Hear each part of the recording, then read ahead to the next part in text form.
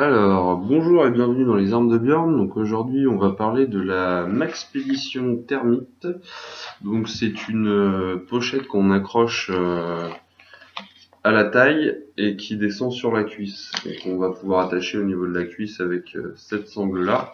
Donc moi je l'ai depuis un moment déjà. Super sacoche. Ça permet aussi de décentraliser beaucoup de matériel qu'on a dans le sac à dos dans à un endroit auquel on ne va pas devoir supporter de poids parce que au niveau de la taille on ne sent absolument rien. Il y en a beaucoup qui portent des ceintures de type tactique.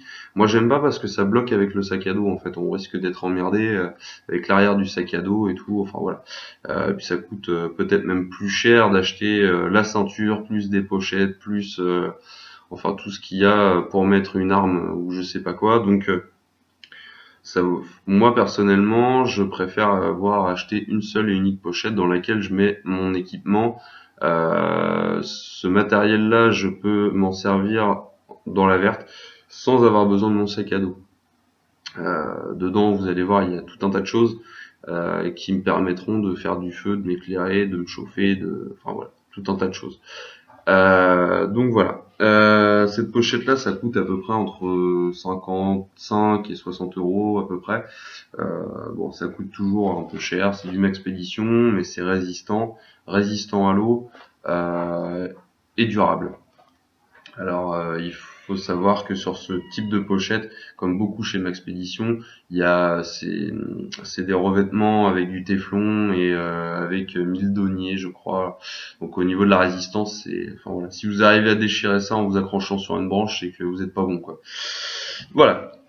Alors, qu'est-ce qu'il y a dedans?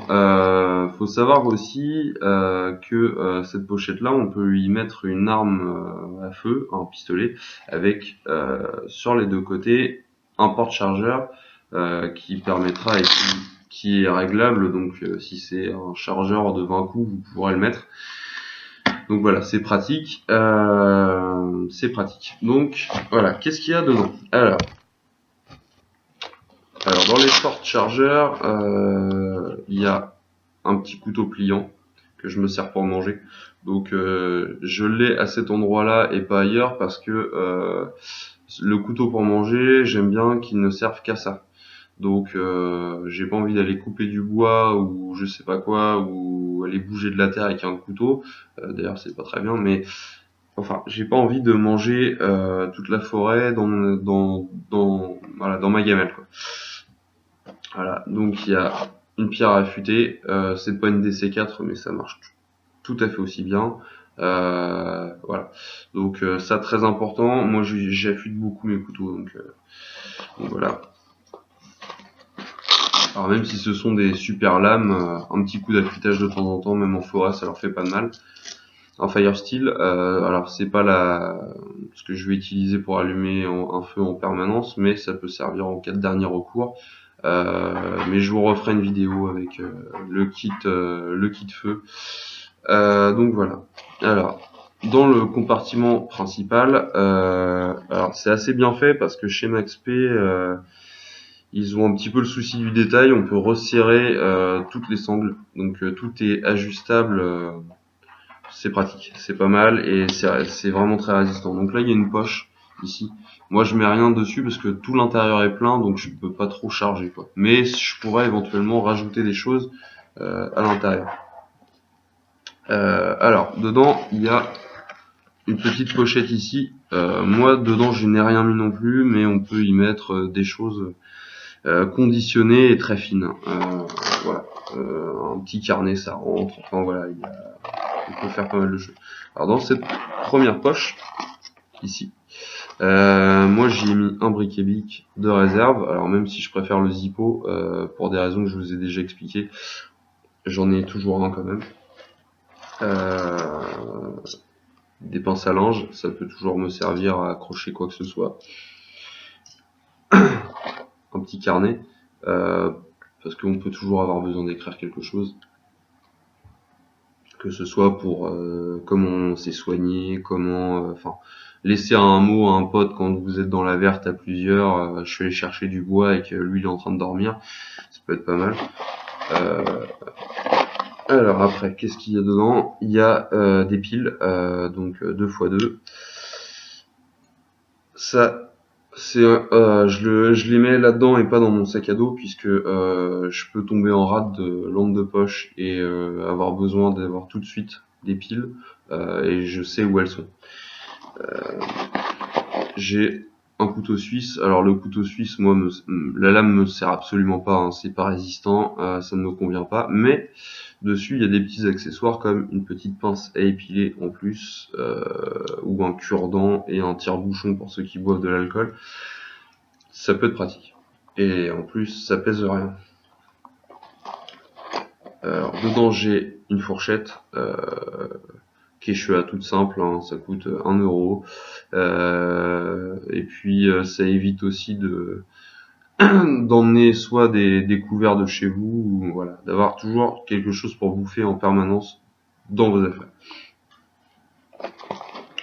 Ensuite j'ai un stylo. Et pour cette poche là, c'est tout. On peut constater quand même qu'il y a quand même pas mal de choses juste dans cette petite poche là. Alors après, dans la grande, il y a la grande qui est là. Il y a que du matériel qui prend un peu de place et qui peut peser un peu et que j'ai pas forcément envie d'avoir dans mon sac à dos, mais dans cette pochette là, si je suis séparé de mon sac, je peux en avoir l'utilité. Donc dedans il y a alors ça c'est mes cordes à nœuds pour le hamac, je reviendrai là-dessus dans une vidéo ultérieure. Il y a un kit feu, donc pareil je reviendrai là-dessus un peu plus tard. Il y a un sachet refermable avec de la corde, de la paracorde, des tendeurs pour la bâche quand on met le hamac, enfin tout ça voilà. C'est conditionné, donc je vais pas les sortir parce que c'est une galère à ranger. Et enfin voilà, j'ai pas besoin de vous faire un dessin, mais ça c'est indispensable. Et dans la grande poche, c'est tout ce qu'il y a. Mais vous constaterez quand même que voilà,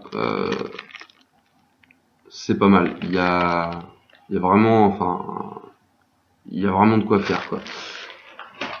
Et ça évite aussi de s'embourber un peu le sac à dos avec des trucs comme ça, mais qui sont indispensables, je le rappelle. Alors là, il y a une grande poche qui fait toute la longueur de la pochette, avec dedans du PQ. Donc ça, je vais pas détailler, mais c'est indispensable. Une couverture de survie. Elle a déjà servi, je l'ai déjà déplié et je vous conseille pas de le faire, sauf si vous en avez l'utilité. À replier, c'est une merde incroyable. Par contre, ce qui est assez intéressant là-dessus, c'est qu'il y a tout le descriptif en fait de la couverture de survie et comment on s'en sert, les dimensions, donc c'est 1 mètre par 2 mètres, donc c'est pratique. Il y a un petit rappel aussi des numéros à connaître comme le 15, le 18 et le 112. Bon, je pense que dans la forêt vous en aurez pas besoin, mais ça peut être pratique. Voilà. Et la dernière chose, des sacs poubelles. J'ai pas des 120 litres parce que je ne dors pas au sol, mais il faut toujours avoir des sacs poubelles. On a toujours de la bouffe, des trucs achetés. Jamais dans la forêt. Jamais, jamais, jamais. Et évitez aussi d'incinérer vos déchets. C'est pas top non plus. Et les boîtes de conserve, ça s'incinère pas. Voilà. Bon, et bien, à bientôt. Amusez-vous bien et à une prochaine vidéo.